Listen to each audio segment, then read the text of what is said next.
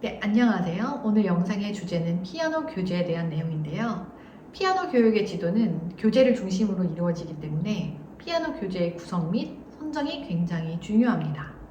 피아노를 처음 배우는 학생들은 선생님들이 선정해주는 교재로 시작하는 게 대부분이라서 이제 선생님들마다의 각자 고심을 해서 교재를 선택하게 되는데요.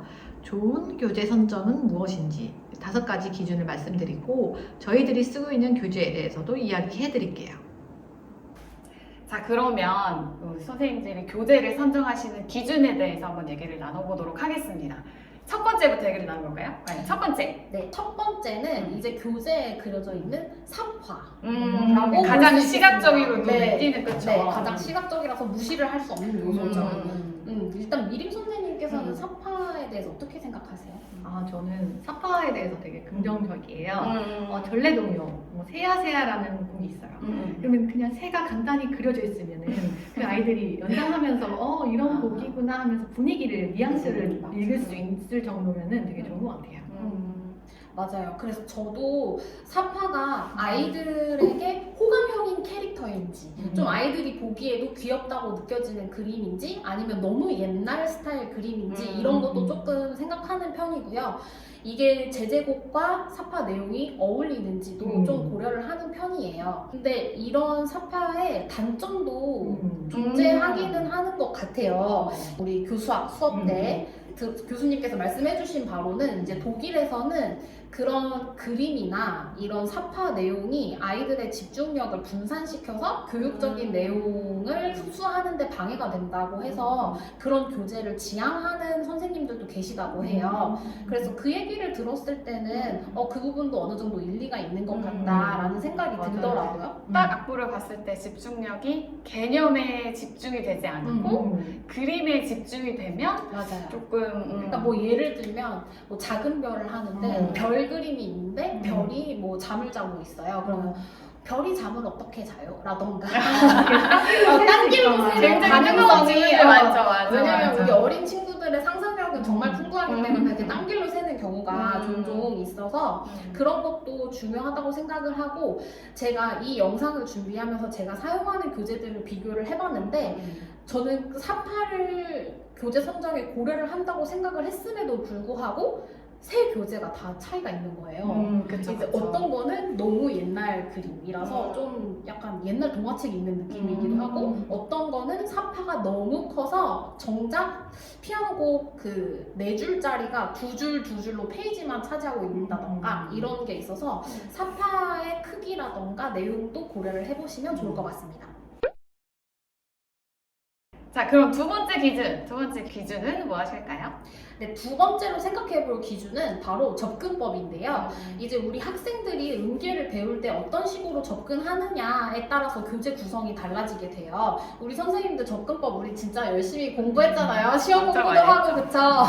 일단 접근법의 종류로는 가온도 접근법이 있고요. 두 번째로는 음정 접근법, 그리고 세 번째로는 다조성, 멀티키 어프로치가 있고, 그리고 네 번째라고 하기는 그렇지만 요즘 교재들은 한 가지 접근법이 아니라 한 2개 이상의 접근법을 병합해서 병합 접근법이라고도 하는 접근법이 있어요. 자, 그 다음에 세 번째 기준은 무엇일까요? 네, 교재에서 다루는 조성과 테크닉입니다.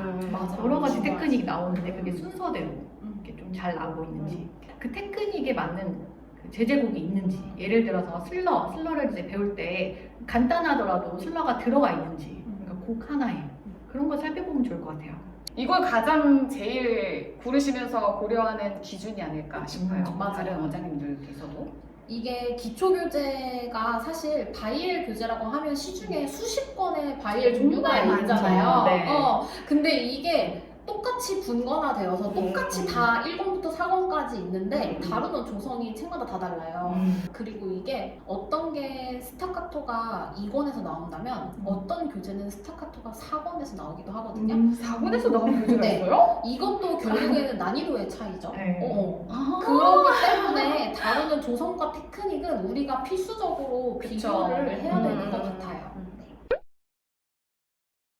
그 다음으로 네 번째는 제제곡에 관한 내용인데요. 하나의 개념을 우리가 배우면 그 개념에 따른 제제곡이 이 곡의 몇 곡이나 수록되어 있는지, 이 맞아요. 교재에 몇 중요해요. 곡이나 수록되어 있는지가 중요한 것 같아요. 네. 그렇죠? 스타카토라는 개념을 하나 배웠는데 이게 한 스타트 곡만 나오고 한 곡만 나오면 그리고 바로 넘어가. 레가토 막 이렇게 넘어가. 그러면 완전히 이게 학습했는지 확인할 네, 수가 네, 없죠. 그렇죠. 그래서 이런 제제곡의 개수도 음. 중요한 것 같아요. 네, 그리고 앞에서 스타카토를 배웠으면 이제 뒤에는 스타카토랑 다른 개념을 또 같이 계속 축적해서 나가는 것 같아요. 개념의 순서가 맞아요. 어떻게 배열이 되어 있는지도 중요한 것 같아요. 아까 그리고 또 하나 저는 제제곡에서 신경을 쓰는 게 이 우리나라 학생들에게 맞는 곡인지 맞는 곡이 많이 나오는지 이게 너무 옛날 외국 민요 있잖아요. 외국 민요 뭐 옛날- 오블라디 오블라디 그거는 근데 요즘 명곡인데. 명곡이긴 한데 지금 딱 생각이 안 나는 게 약간 즐거운 그거 날지? 그거 그치 즐거운 날지 아니면 라쿠카라차 라쿠카라차 이런 거. 너무 우리 때 요즘 친구들은 안 요즘 친구들은 아무도 모르는 거. 네, 그러니까 네. 이런 곡들이 많이 수록된 거는 사실 배우는 아이들 입장에서도 내가 아는 곡이 나와야 즐겁게 배울 수 있는데 이게 도대체 뭔 노래야 하면서 그냥 배우게 될 확률이 높기 때문에 저는 일단 우리나라 아이들 정서에 맞는 곡이 많이 있는지 뭐 간혹 K-팝이 끼워져 있는 교재도 있고요. 요즘 창작동요가 끼워져 있는 교재들도 많이 있어서 그런 것도 살펴보는 편입니다. 그리고 마지막으로 고려해야 될 사항은 저는 그 교재의 난이도라고 생각을 하거든요. 아까도 말씀드렸다시피 수십 가지의 종류의 바이엘 교재가 시중에 판매되고 있는데 난이도가 너무 제각각이에요. 진짜 제각각이에요. 그쵸. 정말. 어떤 거는 너무 쉽고 어떤 거는 너무 어렵고 어떤 거는 적정한 듯 하였으나 갑자기 어려워지고 그쵸 그런 게 있잖아요. 그런 것들이 좀 많았던 것 같아요. 네, 맞아요. 그래서 1, 2호만 분석해서는 안 돼요. 3, 4번에 갑자기 헬이 펼쳐질 수도 있기 정말 때문에 공감입니다. 여기 진짜. 플러스 병행 교재도 병행 교재는 해야 돼요. 그쵸 맞아 선정을 해야 돼요. 그 교재에 부족한 부분이 있다면 병행 교재로 채워줘야 되기 때문에 그래서 일단 제가 고려하는 난이도로서는 일단 5손가락 패턴이 언제 나오기 시작하는가. 그러니까 예를 들어서 어떤 교재는 다장조의 주요 사마음 같은 경우를 그냥 코드로만 쳐요.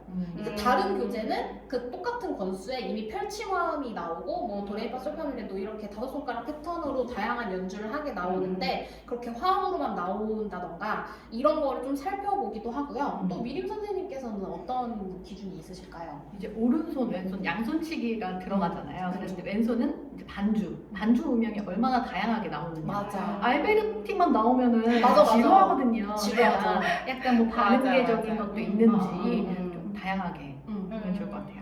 근데 저 같은 경우는 아까 원장님이 말씀하신 거 너무 공감하는 게 그 난이도를 1, 2권만 보면 사실 모를 때가 있어요. 1, 2권에 이거는 우리 친구들이 무난해. 하기에 적당하겠다 싶어서 했는데 갑자기 난이도가 높아지면 하다가 그냥 4권을 아쉽게 끝나거나 뭐 이렇게 되는 경우가 있기 때문에 1, 2, 3, 4권을 충분히 난이도를 한번 보시고 섭렵하신 다음에 선정하시는 게 좋은 것 같아요. 근데 이제 여기서 중요한 거는 난이도를 우리 선생님들이 악보를 펼쳐놓고 1, 2, 3, 4권을 훑어본다고 해서 파악할 수 있는 게 아니에요. 선생님들이 직접 연주해보셔야 돼요.